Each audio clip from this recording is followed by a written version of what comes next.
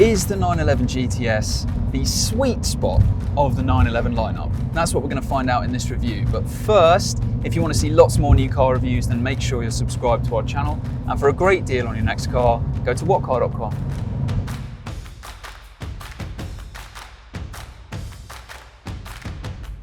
So in the 911 lineup, essentially, you have the Carrera, the Carrera S, and then above those models, you've got this new GTS version. You can have it with rear-wheel drive or all-wheel drive as a coupe, a Targa, or a convertible. And then above the GTS, you've got the ridiculous turbo version and then the track-focused GT3 model as well.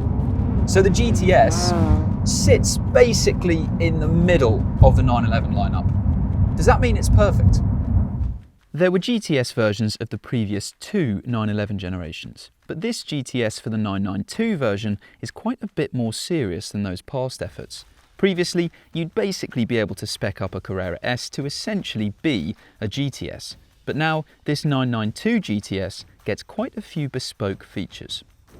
For a start, this does look quite different from a Carrera S, really, doesn't it? And that's because it gets Porsche's Sport Design package, which gives it this restyled front apron, and at the rear it moves the number plate from down between the tailpipes up to the main bumper area. And there's also various bits of black trim on the outside as well, including on the exhaust tip, the spoiler lip, and also these LED headlights and the model unique tail lights get a kind of black finish to them as well.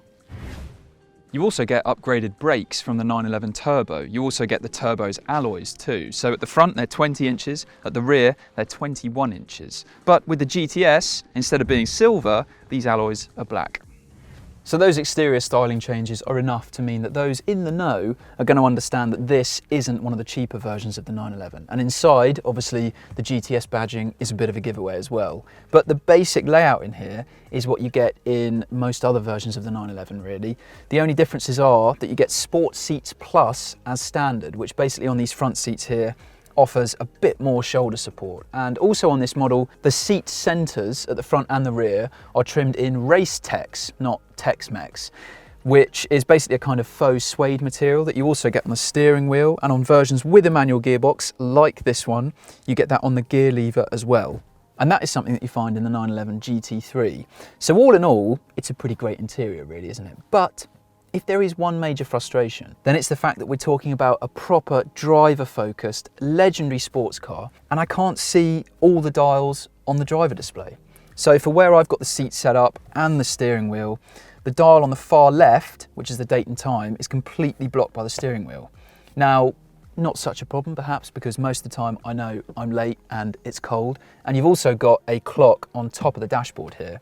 But it's the same for the dial on the far right, which is the fuel gauge, and that is quite annoying. So it means that if I'm driving, I've got to kind of peer around the steering wheel to look behind it to make sure that I can see all these dials. So that does seem like a bit of an oversight on this 992 generation of the 911. But what's good now is that Porsche is finally offering Android Auto on its models. So before this, you could only get Apple CarPlay. That is different now, and it runs through this infotainment system, which itself is really impressive. It's a big screen, really bright, really crisp and clear. It's very responsive too, and it's got a relatively simple layout. And look at all these buttons as well. Yes, you have got some touch sensitive haptic stuff down here on the center console, but by the standards of touch sensitive buttons, they really aren't that frustrating or difficult to use at all.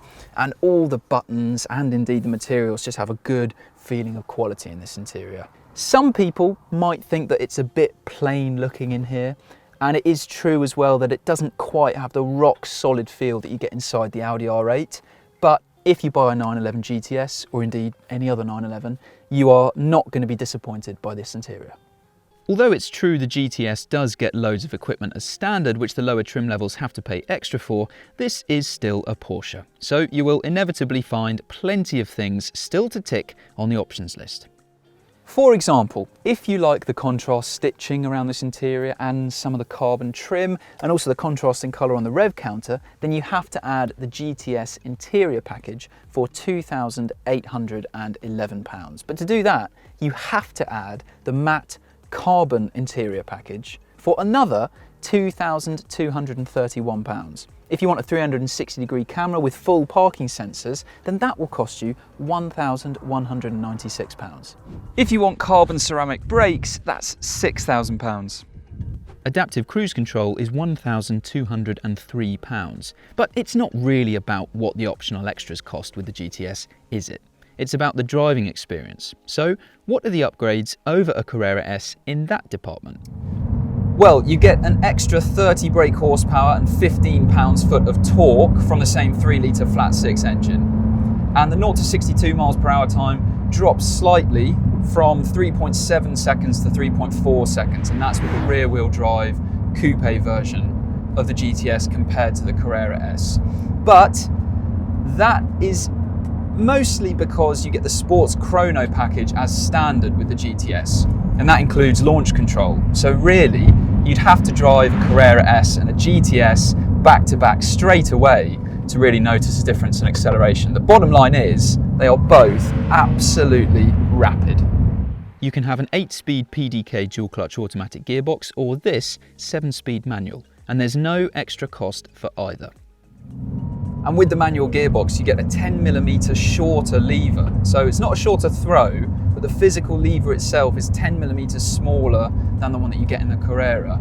And that actually does give the impression of having a shorter throw. And it really is such a good gearbox. It's so slick, it's so precise. The pedals are perfectly placed, perfectly weighted. Whether you want an auto or a manual, it's up to you. But surely, you're just so much more involved in the whole driving experience with the manual. The suspension is largely borrowed from the range-topping Turbo S, but it's been tuned slightly differently and lowered by 10mm. So with those massive alloys as well, the GTS does have a fairly firm ride. If you keep in mind that this is an incredibly capable sports car, then the ride is perfectly adequate. I've driven about 150 motorway miles to get here today. I've got to drive 150 motorway miles back. And the thought of doing so absolutely doesn't fill me with dread at all. This isn't a punishing car on the motorway. In fact, it's pretty civilized, to be honest. But if you do want your GTS with a bit more of an easygoing nature, then you can delete the lowered sports suspension for no cost. But aside from the ride, the engine, the gearboxes, the 911 GTS is just absolutely sensational to drive.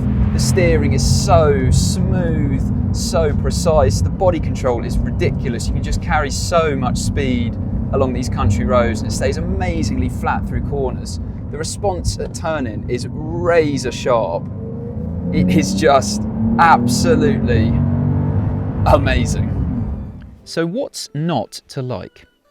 It's not cheap. Around £11,000 more than the cost of a Carrera S means that the starting price for the GTS is around £109,000, which is pretty close to Audi R8 territory.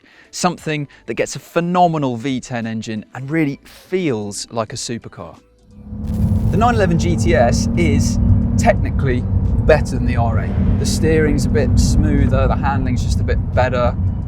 And with the standard sports exhaust on this model, then you can rev this 3-litre flat six to just the other side of 7,000 RPM, and it sounds properly amazing at that top end. But it's not a V10.